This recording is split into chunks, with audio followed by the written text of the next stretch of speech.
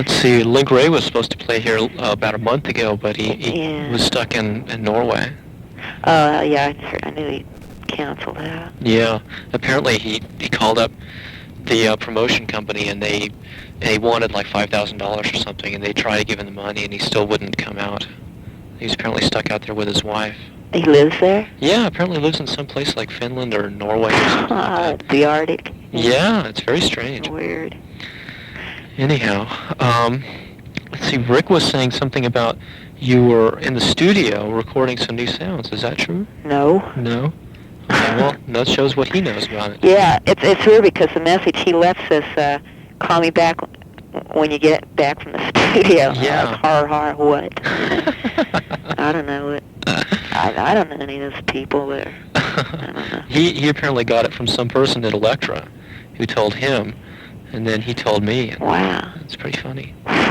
See how you generate all these rumors about you. Yeah, it's great how you can do nothing and just sit back and watch yourself grow. Yeah.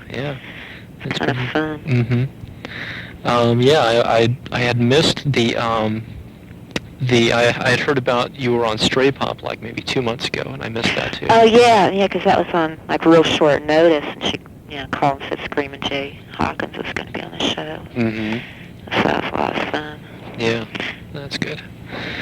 Yeah, I'm sorry. I know you had called, and we meant to call you. There was kind of a period where we didn't speak to a soul on the face of the earth because we're just, I don't know. That's okay. Kind of withdrawn, but yeah. No, we had been thinking of calling you when we were looking for someone for our band too, because I thought you might get out and see people. Because for a while we were seeing every band, every single night going out to see a band. God, there's so many crummy bands in this town. Well, I can understand why you wouldn't want to talk to a sleazy pornographer like me. No, I'd rather talk to a sleazy pornographer somewhere else. Yeah, I've been promoted to the music editor. Yeah. In fact, and an associate editor. I'm no longer just a lowly copy editor. Great. So I've been incredibly busy, especially this last week, trying to get everything together. What's horrible is that a lot of the time I have to review people that my editors, my upper, the higher echelons feel are important, and they're really terrible. Yeah. And so every once in a while I can convince them of, that there is true talent out there. Yeah. And so finally, yeah, really. Anyways, I had listened to the Surfing Dead and I liked it a lot, but I noticed that it sounded a little bit different from your usual stuff. And did you think that there was some pressure from the music from the record company to? No, there wasn't. It's I think we were, we felt from what they were saying they wanted, and what we felt was called for was more of a pop song, something but which in our mind meant more of pop song, old-fashioned notion of that. At the time we did it, we just did that as a 3-piece, and we were completely inactive when they called us and said they wanted it, and they gave us 3 days to write it, record it, produce it, everything. And we saw the movie before we wrote it. Yeah. But it's not I dig this song, but it's not it doesn't indicate a direction we're going in. In fact, we're still, as far as where our band's doing future stuff, it's even that's more good. Primitive rockabilly than we've ever done. It sounded really produced. I mean, which isn't bad. It's just that I personally like the grungier, Cramps myself. I bought this. Well, it was done real quick. I mean, in some ways it's produced as far as expensiveness. In some ways it wasn't produced enough like hearing it. Yeah. Thinking about it later, if we'd had it to do again, I would have liked even more echoes and stuff on it. Yeah. But it was just, it wasn't even completely finished writing when we went in the studio. We kind of just built it as we went in there and did the whole thing in 8 hours in the studio. Well, for that much, finished, it turned out really nice. Yeah. And I dig it because it's just it's different than what we've done, but I think it definitely sounds like the Cramps to me. Yeah. And we hadn't recorded that way before because we usually have a band and we go in and do something live, but we had to do it track by track. which was fun. You know, we hadn't done that before, and I actually dug in that a lot too. I'll bet. But I mean, there were like second thoughts about this and that, but I'm happy with it too. You know, it's just the strangest thing though is that was last October, and they said that we had to, you know, like deliver it like the next day after we recorded it, and they said they were going to put it on the soundtrack the next week, and it ended up not going on the soundtrack till spring of this year, and it's coming out. Well, actually, it's out in Europe now. It's not coming out here till August, but you know, I mean, it was just so weird. They're saying like, you can if you want to do this track, you do it now. You know, deliver it in 3 days. You know, this thing that isn't even written. That's pretty good. Or else forget it. You know, and it was hard for us in a way because we weren't even active performing. I mean, I hadn't even been playing guitar because my guitar that I used to play got broken in 2 pieces in France. So I had even like been too traumatized to even play guitar for a while. So all of a sudden it's like not only write a song but learn how to play again and all this stuff. But and I played a bass on it, which I never even touched a bass before. But, oh no! So a bass? I didn't notice it. Oh yeah, it's on there. We just saw it as an opportunity to do something fun. I mean, we were thrilled to record. I mean, we went from doing nothing to doing everything, you know, which is great, and in a way it was a kick in the ass that we needed. Really? And I like it a lot. I mean, it's, you know, I think what we had more in mind, like I don't know if many people are familiar with this style of music. It's like this kind of pop hot rod music from like, we had like these 60s albums like hot rod records. We kind of had that in mind when we did that song. That's how it came out. Yeah, we just wanted to do something different, something kind of wasn't predicted. Yeah. Did you see the movie before you made that? Yeah, we did. Not the final cut. I like the final cut too, but no, we saw it with, you know, with no soundtrack, and it wasn't the final edit. And I love the movie. Really? Yeah. Have you seen it? No, I haven't. It's not out yet. Yeah, it's. He said that Rick said the press screening would be like in another month or so. Yeah. Yeah, we've seen just weird. Well, we even got like 2 versions on tape. They had like 4 different endings for it and stuff, but all of which I dug. It's real. I really love the movie. Yeah. I mean, that's why we wanted to do it. You know, they showed us the movie, and normally I think on such short notice we would have said, you know, don't bug me, but you know, we love the movie and wanted the track on there because of that. Yeah. Rick was saying that they were considering a video trailer type thing that would make a video from one of the songs on the album that would sort of advertise the movie, like how, let's see, some of the later videos lately they've had, like Cyndi Lauper doing a thing about Goonies. Oh, yeah. You know, something like, and he was saying that yours was probably one of the top contenders for that. And I was wondering whether you heard anything. Well, I don't know. See, it's weird because they, you know, first we're talking about doing a video, and you know, maybe I shouldn't even be talking about this. Yeah, I was kind of wondering what the hell happened to that.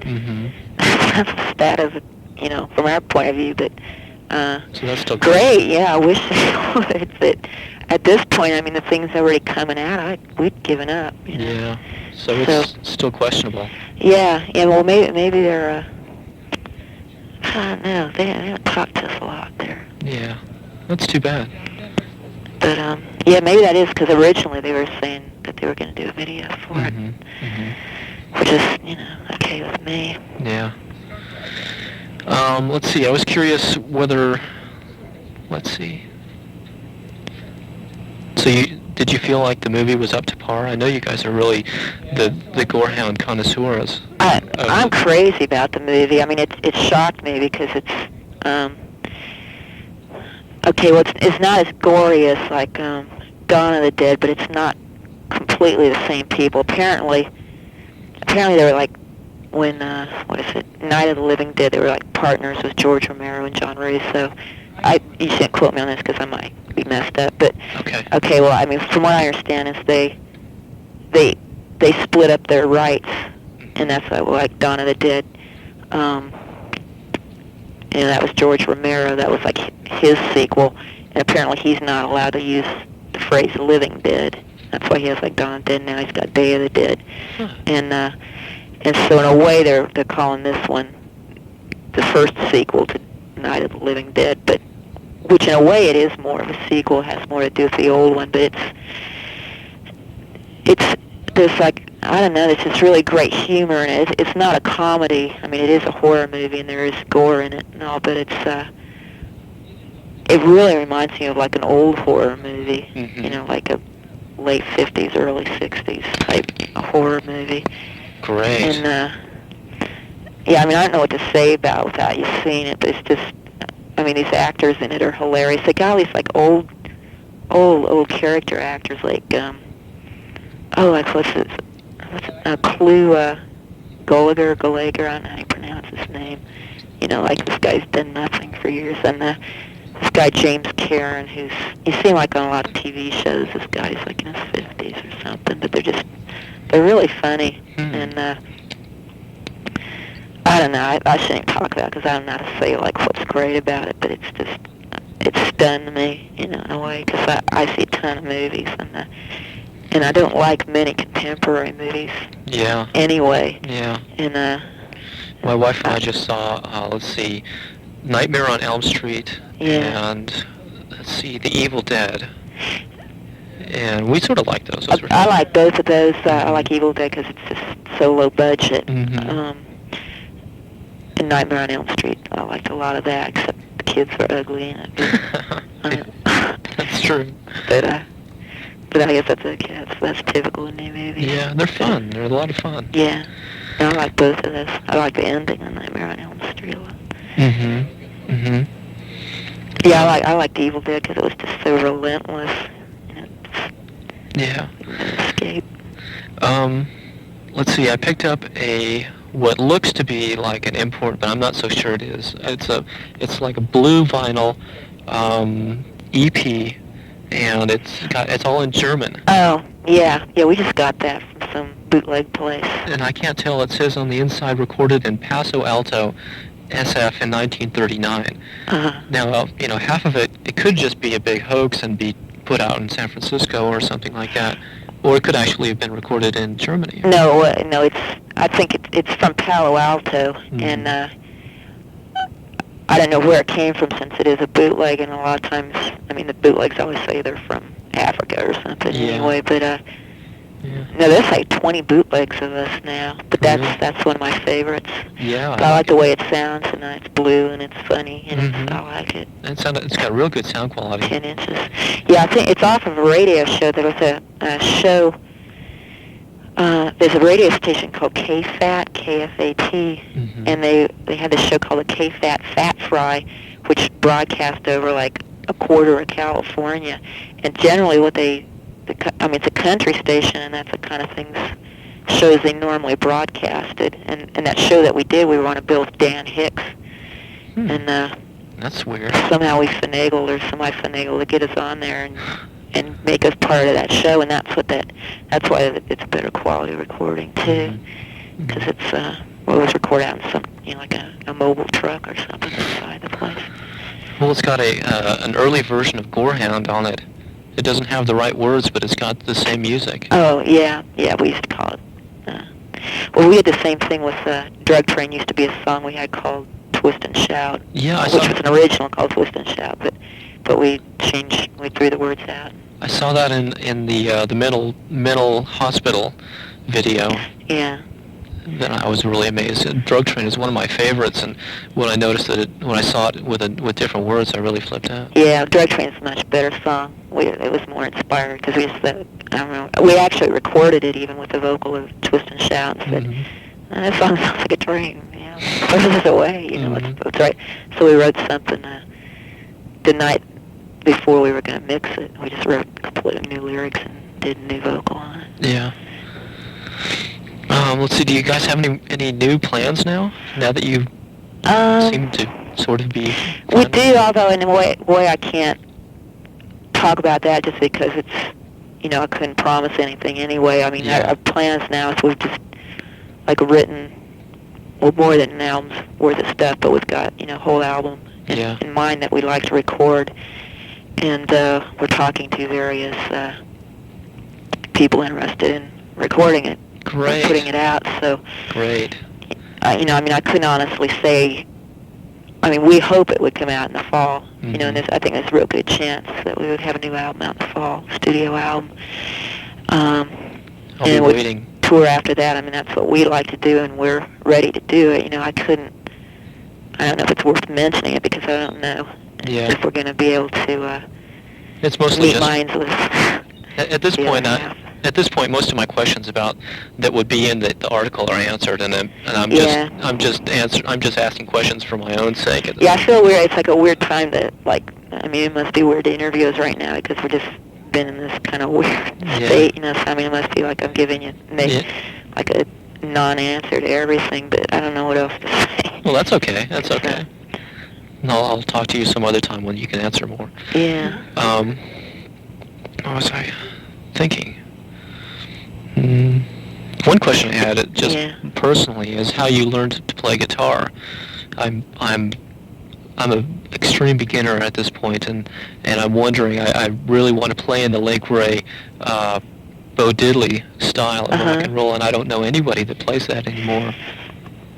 Yeah, it's well, how I learned to play. I've hardly had any real lessons, and a lot of what I learned was like my brother played guitar and showed me stuff. But I tell you, from all the people like we auditioned and all, I think it's better to avoid lessons if you can, unless you meet somebody that plays like a style you like, because a lot of people we audition, you know, it's like they know too much, but they don't know how to get simpler or how to, all they know how to play is a style that somebody taught them, which generally has roots in like 70s big rock guitar, you know, which I hate, you know. And the main way I've learned to play is from listening to records, and sometimes it's a slow grind, but the thing is you'll either learn to play from what you're hearing, and it's good to train your ear anyway. Mm-hmm.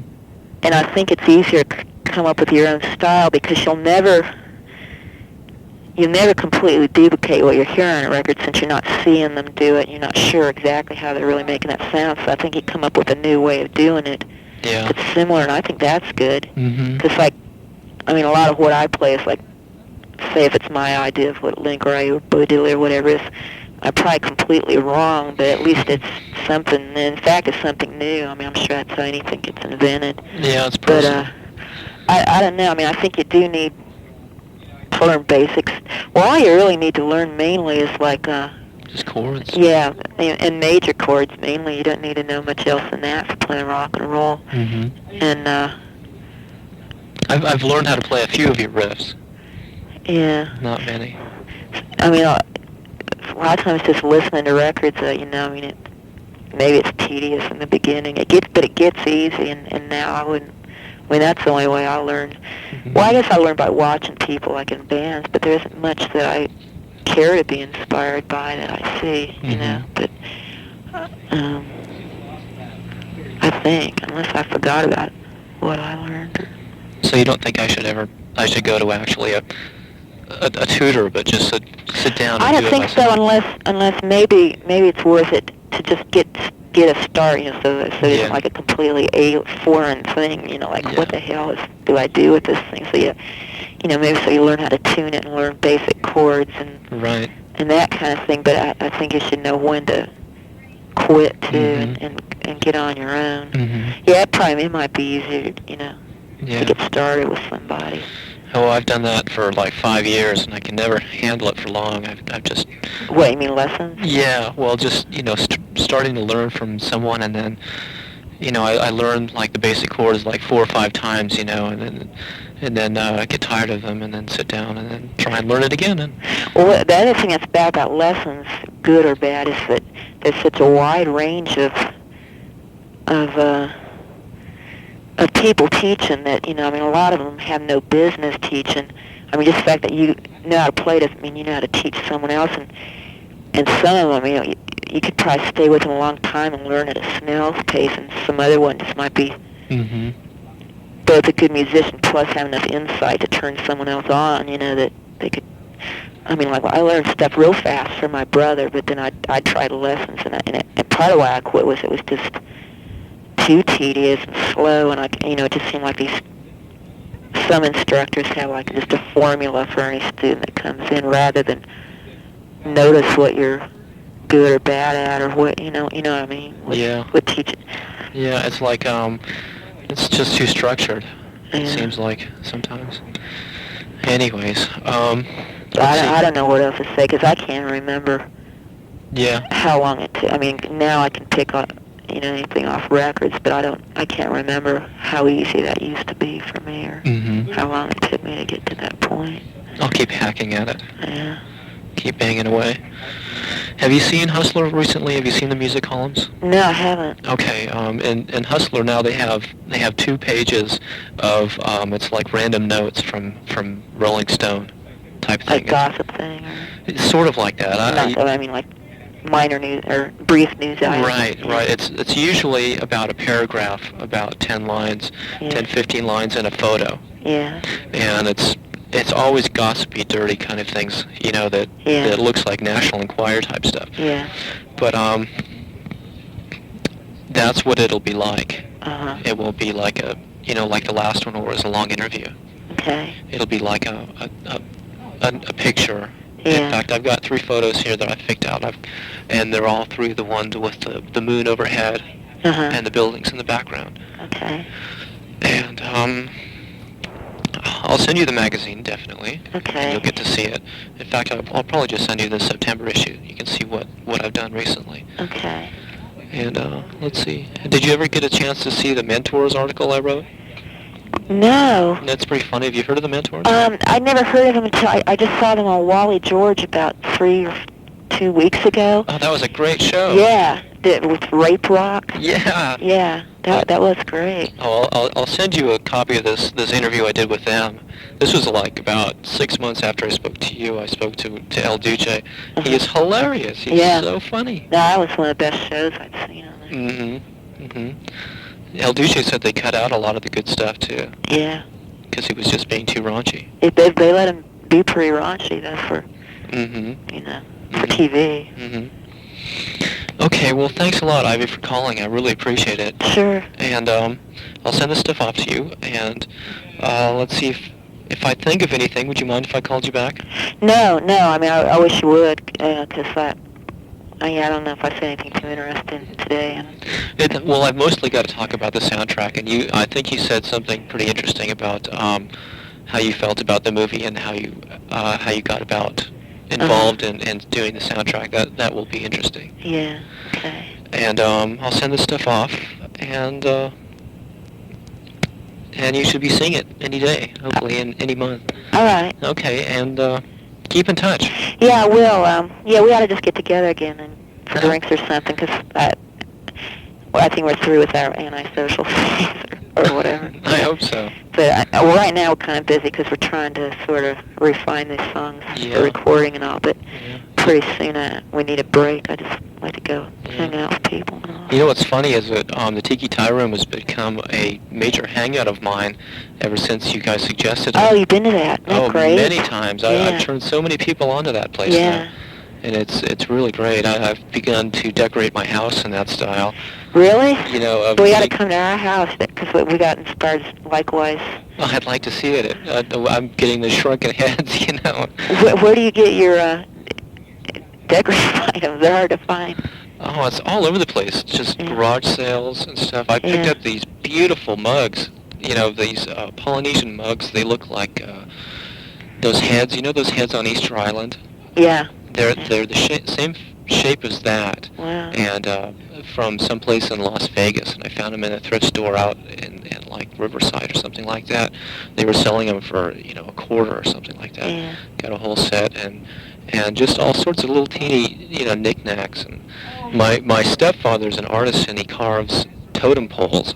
And so I'm collecting these totem poles. Is he in a mental hospital? Or No, he's an artist. I mean, he's got mostly I guess you'd describe them as abstract. I mean, they're not heads upon heads. It's more of a very impressionistic. Yeah, very impressionistic, and it's a lot of birds and a lot of naked ladies. And you'd have to see it. Is he an Indian?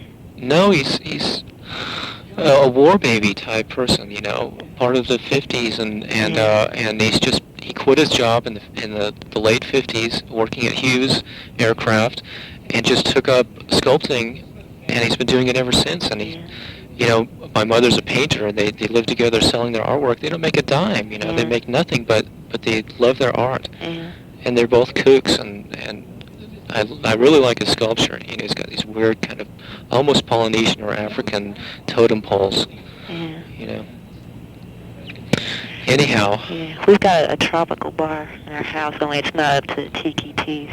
Really? But yeah, we gotta get together because we live real near that bar. We live like a few blocks from it. Oh, great.